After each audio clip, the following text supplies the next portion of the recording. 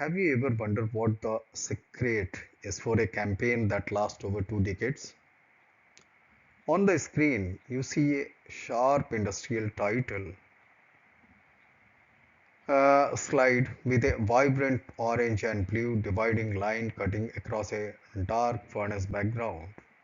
We are calling this a masterclass because we are looking at the post-mortem of BF2 at ThyssenKrupp, a furnace that didn't just survive but thrived from 1993 all the way to 2014. So, what it guides us, what it gives, and what are the outcomes? So, this is not just a history, it's a blueprint for the next 20 years of our operations. To understand the how, we have to look at the massive number this furnace put up.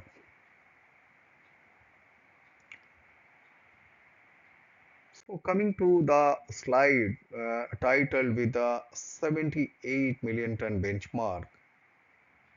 Last time we had talked about campaign goal and we were thinking big, but look at these boxes. You see six glowing blue frames filled with the massive numbers. 78 million tons of hot metal and 89,500 taps executed. That is a staggering amount of wear and tear on single taphole. But what it create? So if you process 117 million ton of burden through one hole, that hole become most critical valve in your entire multi-billion dollar business. But here is the thing, BF2 didn't start out as a champion. In the beginning, it was actually a nightmare.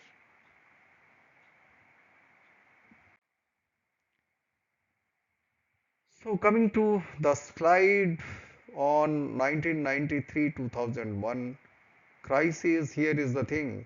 For the first 8 years, they were struggling. So look at these two photos on the left. You see chaotic flames, red circle highlighting gas shooting out where it should not, and a mess of splashing metal. The orange lightning bolt graphic at the top says monolithic seal, but the operational symptoms list on the right tells a different story. Severe gas leak, heavy smoke, and a taphole that was widening uncontrollably. So what all this means what? So every time they tap, they were essentially losing control of the furnace pressure. The team realizes they had a silent killer hidden inside the refractory, and then the root cause analysis diagnostic they started doing. The finding was very astonishing. The peeling layer phenomena. What is that? Why it was falling? So look at the top flow chart. It shows a 5-step death spiral starting with a synthetic resin binder. Below that, you see two cross-section photos that look like dry cracked earth. So those arrows are the pointing to peeling layer. Think of it like a cheap paint job on a hot radiator. It looks fine at first, but the heat makes it flake off in the layer. So what's because the resin clay didn't bond to the carbon brick? 5 bar gas pressure were literally crawling through the microfacers, causing the whole structure to delaminate. So they needed a chemical pivot. And what is that? This is the binder chemistry pivot. So synthetic resin versus 95% tar. The question arises that what is the difference between glue that sits on the top and a glue that becomes part of the wall. So on the screen we have a head-to-head comparison. The loser in the orange versus the winner in the blue, which is 95 tar, and the loser is the synthetic resin. So the tar clay doesn't just sit there, it fully infiltrates the carbon brick matrix. It's like the difference between tape and a weld. But what it means? This created an unbroken monolithic structure that could actually handle 5 bar furnace pressure. But solving the chemistry created a brand new mechanical problem. And those were the strength paradox. Here is the thing, they made the clay good. Look at this graph. The blue line for resin clay stays low, but the orange line for the tar bonded clay shot up like a rocket, hitting 120 megapascals. To put that in a perspective, that's as strong as a torpedo ladle brick. So, what it leads to? It was so strong that the old pneumatic drill could not even dent it. So, this created a dependency loop shown by those three puzzle pieces. You cannot have a better chemistry unless you upgrade your hardware. So this was the biggest learning, and many times it happens in our cases also. So now this slide dedicated on engineering the opening, the hydraulic shift. So they had to go big or go home. So look at the table comparing obsolete versus required technology. So on the right, we see a photo of a massive blue tinted hydraulic drill. It looks like something from a mining site. But what it causes? The old pneumatic drills were causing 30 minutes delay, which means you are losing 300 tons of hot metal every time you cannot get the hole open. So moving to hydraulic allowed for zero delay, precise, perfectly timed draining. So now that they could open the hole, they had to master how the clay was packed inside. Now coming to the geometry of success. Uh,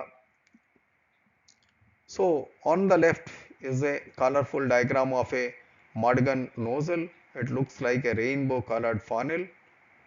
The team discovered the 60 mm rule. You need a 60 mm free bridge of clay to get the right densification.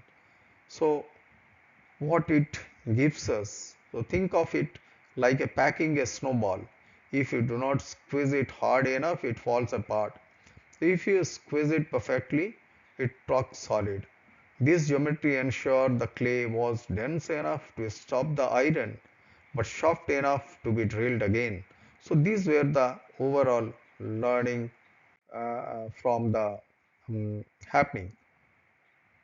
So the in order to eliminate the gas tracking, uh, uh, which uh, which gives us a lot of information on how it prevent such type of happening, which leads to a success in tapping philosophy. So now let's look at a before and after. This is my favorite visual in the whole deck. On the left, 1993, the tap stream looked like a messy, exploding firework. On the right, uh, and it looks like a perfect glowing orange laser beam. So this all leads to a lot of reason. So what are they? That's the perfect cylinder of a metal means zero gas tracking and zero splashing. It is a visual proof that systematic equation at the bottom, tar binder 120 MPa hydraulic drill actually worked, and this gives a lot of benefit, and particularly in the cast house environment. Now coming to the data driven stability, where expanding the tapping window is having a lot of scope. Now if the stream is stable, you can keep the hole open longer. Look at the bar chart on the left. The yellow bars are short around 110 minutes. The blue bars are nearly triple that, hitting 270 minutes. On the right, you see a diagram of the taphole diameter. It only expand by 10 millimeter over 4.5 hours. So this gives us a lot of output, and this means the furnace is in a state of constant drainage, which is the holy grail for the internal stability. Now coming to the economic impact of this monolithic seal. Now let's talk money. These two bars chart shows a dramatic cliff where the numbers drop. Taphole face repairs went from 40 plus a year to zero. A specific clay consumption was cut in half, as shown by the blue bars on the right. So all this gives us a lot of things. Even though the premium tar bonded clay cost more per ton, the total operational and refractory cost fell drastically because the system becomes bulletproof. Now coming to the broader cost house benefits, especially in the durability and sustainability area. So look at the photo of the runner on the left. It's a clean and wide.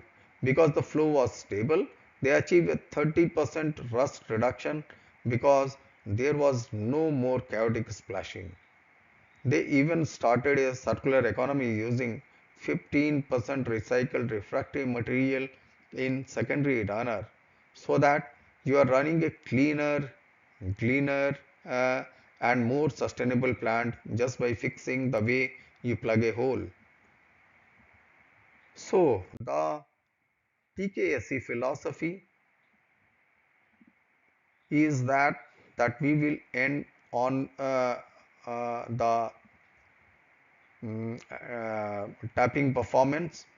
On the screen, we have a technical schematic of the furnace base with a 3-degree absolute law highlighted. Keep the taphole at exactly 3 degree, use the perfect binder chemistry and maintain that 60 mm breeze.